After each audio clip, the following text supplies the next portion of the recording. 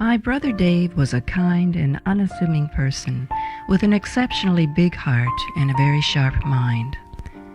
While he was not a fan of fashion or pretense, he was a huge fan of the Ticats and went mad for March Madness, watching the games usually with a beer in his hand. Sports was one of his lifelong passions. It might have all started while being on his high school and university basketball teams. When young, Dave would shoot some hoops out the back of our house, with the ball ricocheting off the window where my mum was trying to teach piano. Nature and animals were a great source of pleasure, bringing out Dave's gentle ways. His closet had T-shirts with wolves on them to symbolize what he cherished, freedom and something wild. When he had his pet rabbits, he'd often put them on the porch of his condo to enjoy the open air and sunshine. When we were growing up, as a treat for Herman, our dachshund, Dave would throw a ball outside against the house for Herman to catch.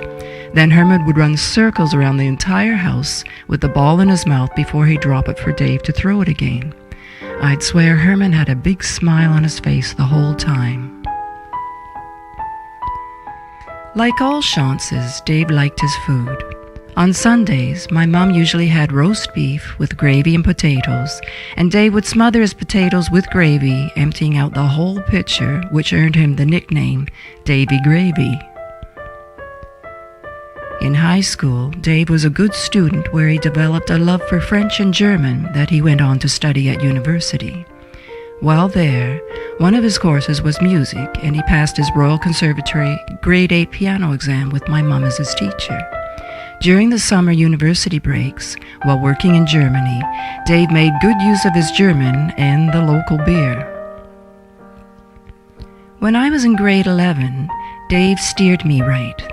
Students had to fill out forms with subjects they wanted for grade 12 and 13. Even though I was better at languages, I chose maths and science, since a lot of people chose them as a good basis to branch out from later on.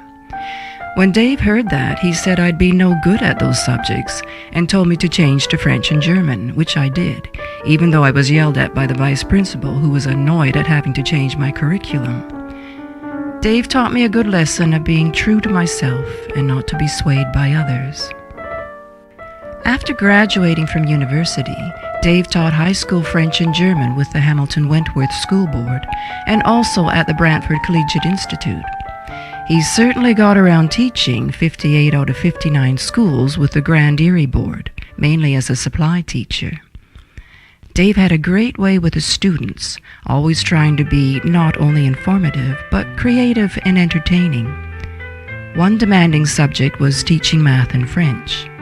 I remember watching a video of his young students where Dave had them doing some simple Harlem Globetrotter moves, dribbling a basketball between their legs while counting and talking in French.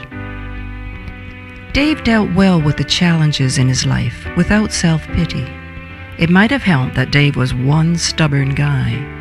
It served him well when he got an infection from a hip replacement and needed to be on intravenous antibiotics for 6 weeks. Ironically, one of his teammates from high school basketball, Bob Croft, had a hip operation but didn't survive due to the infection he had. Dave was determined to beat the infection and walk normally. He was a bull-headed survivor.